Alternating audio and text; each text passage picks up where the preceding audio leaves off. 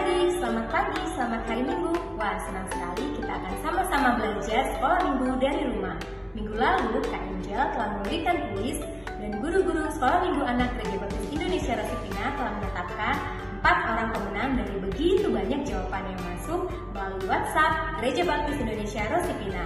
Nah, sebelum Kak Angel memberitahu siapa pemenangnya, Kak Angel mau mengajak adik-adik untuk sama-sama belajar pelajaran sekolah Minggu anak hari ini.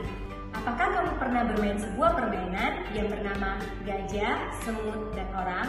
Permainan tersebut mirip sekali dengan permainan gunting, batu, dan kertas. Dari ketiga hal tersebut, siapakah yang paling kuat dari antara yang lainnya? Apakah gajah? Apakah orang? Apakah semut? Ternyata gajah lebih kuat daripada orang. Orang lebih kuat daripada semut. Dan semut lebih kuat daripada gajah. Wah, ternyata semuanya memiliki kelemahan dan kekuatan masing-masing ya. Sekarang, yuk kita buka Alkitab kita bersama-sama dari Roma 15 ayat 1 sampai dengan 13. Kak Angel ulangi dari Roma 15 ayat 1 sampai dengan 13. Dengan judul perikop, orang yang lemah dan orang yang kuat. Kita yang kuat wajib menanggung kelemahan orang yang tidak kuat dan jangan kita mencari kesenangan kita sendiri. Setiap orang di antara kita harus mencari kesenangan sesama kita demi kebaikannya untuk membangunnya. Karena Kristus juga tidak mencari kesenangannya sendiri, tetapi seperti ada tertulis, kata-kata cercaan mereka yang mencerca engkau telah mengenai aku.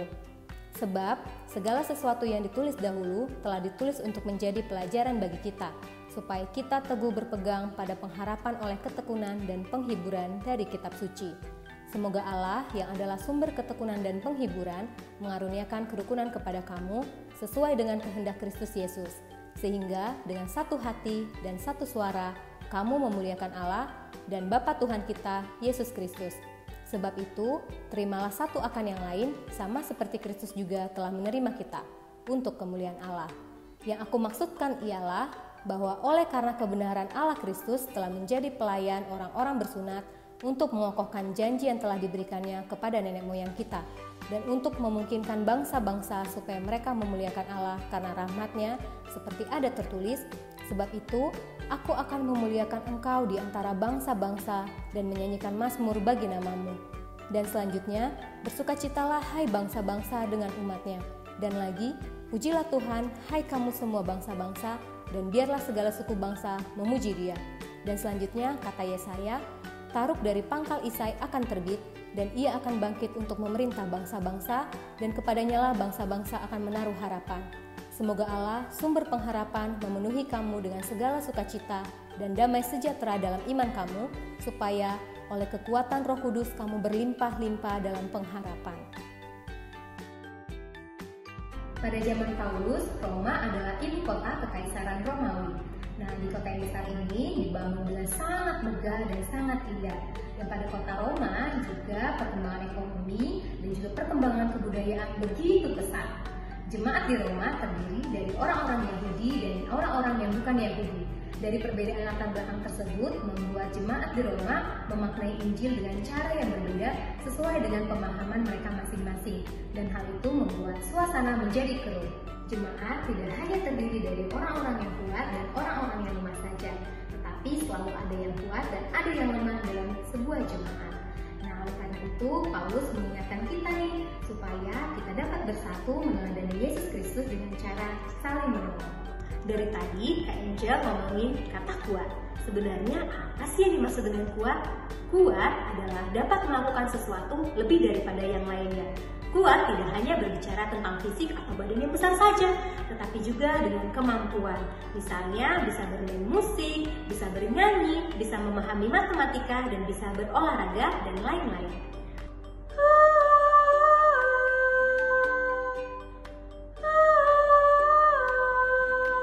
Wah, suara apa ya itu? Sepertinya Kenjel harus mengikuti suara tersebut. Wah, ternyata Kak Angel ada di sebuah hutan. Nama hutannya adalah Hutan Tralala. Hutan apa adik-adik? Ya, benar sekali, Hutan Tralala. Di dalam hutan ini Kak Angel melihat 2 ekor hewan, yaitu singa dan juga tikus. Kak Angel mau menceritakan mengenai tikus dan singa ini. Pada suatu hari, ada seekor tikus kecil yang sedang asik mencari makan. Saking asiknya, dia tidak sadar bahwa dia sudah berjalan terlalu jauh hingga masuk ke dalam hutan yang cukup lebat. Sadar akan hal itu, si tikus pun segera bergegas mencari jalan untuk pulang. Tapi nasibnya sungguh malang. Dia malah tersesat lebih jauh lagi ke dalam hutan. Lama dia mencari jalan untuk bisa pulang ke rumahnya. Tapi tikus itu pun belum juga mendapatkan jalan dan akhirnya dia kelelahan. Tikus itu masih terus berusaha mencari jalan pulang. Tapi sepertinya hari ini nasibnya benar-benar buruk. Ketika tengah kebingungan mencari jalan untuk bisa pulang, dirinya malah tak sengaja bertemu seekor singa yang tengah tidur pulas setelah selesai makan. Tiba-tiba singa itu terbangun dari tidurnya dan mendapati seekor tikus di depan matanya. Semua hewan menjadi khawatir. Apa yang terjadi ya dengan si tikus? Kemudian singa terbangun dan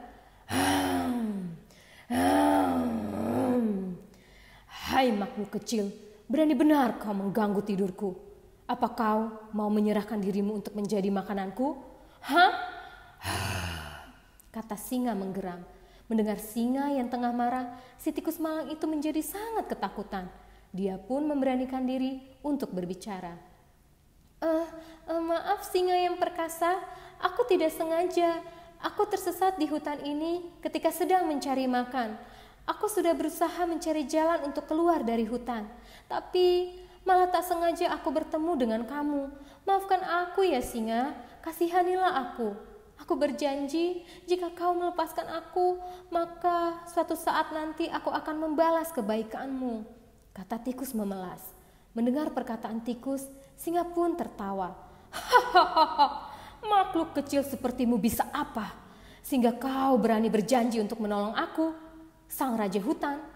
Tapi baiklah, karena kau sudah membuat aku tertawa dan aku masih belum lapar, maka kali ini aku akan melepaskan engkau.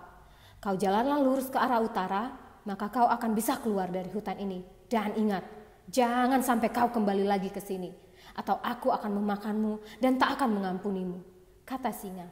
Mendengar itu, si tikus menjadi sangat tenang. Tak henti-hentinya dia memanjatkan syukur dan bertekad akan menepati janjinya pada singa suatu saat nanti. 3 bulan sudah berlalu setelah kejadian itu. Pada suatu pagi, singa mencari makan seperti biasanya.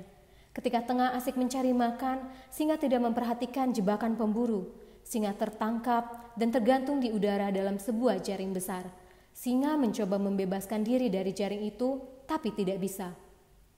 Singa tidak mau mengaum karena singa adalah raja hutan dan ia tidak mau dipermalukan. Bisa-bisa pemburu mendengar suaranya dan akan segera datang menangkapnya. Lalu lewatlah tikus yang sedang mencari makan. Dia melihat singa yang tergantung di sebuah jaring. Sang tikus mengingat akan janjinya kepada singa bahwa suatu saat nanti dia akan menolong singa. Tikus pun memanjat ekor singa yang panjang dan mulai menggigit jaring itu. Akhirnya jaring itu pun robek dan singa itu terjatuh dan terbebas dari jaring. Tikus naik ke badan singa dan mereka berlari kembali ke sarang singa. Singa berkata, "Dulu aku menganggap remeh dirimu. Kupikir kau adalah tikus kecil yang tidak berguna. Ternyata kau menyelamatkan nyawaku. Terima kasih ya tikus." Mereka pun tertawa bersama-sama dan menjadi sahabat.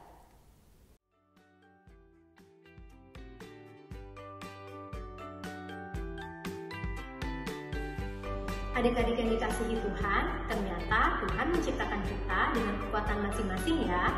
Ketika kita merasa kuat, seharusnya kita tidak menjadi sombong. Sama seperti pesan Paulus dari Roma 15 ayat 1 yang berkata, kita yang kuat wajib menanggung kelemahan orang yang tidak kuat dan jangan kita mencari kesenangan kita sendiri. Jadi, kita yang merasa kuat harus membantu yang lemah. Sebab itulah yang dikehendaki oleh Tuhan Yesus supaya kita hidup dengan kasih dan rukun dengan orang lain. Nah, yang kuat seharusnya menjadi berkat dengan cara menolong orang lain. Tahukah kamu ketika sekarang kamu berada di rumah, kamu telah menolong untuk memutus rantai penyebaran virus COVID-19. Nah, ada begitu banyak cara yang dapat kamu lakukan untuk menolong orang lain.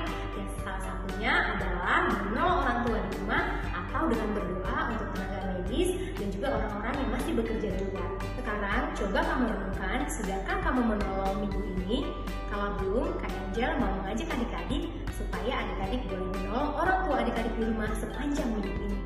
Nah, tak terasa Kak Angel telah selesai bercerita pelajaran sekolah minggu hari ini. Kak Angel mau mengumumkan siapa pemenang kuis minggu lalu. Pemenangnya adalah ini.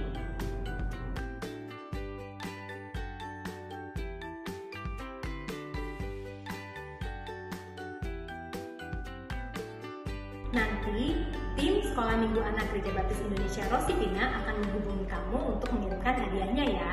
Jangan lupa untuk mengikuti pelajaran Sekolah Minggu Anak Gereja Baptis Indonesia Rosipina di minggu-minggu berikutnya.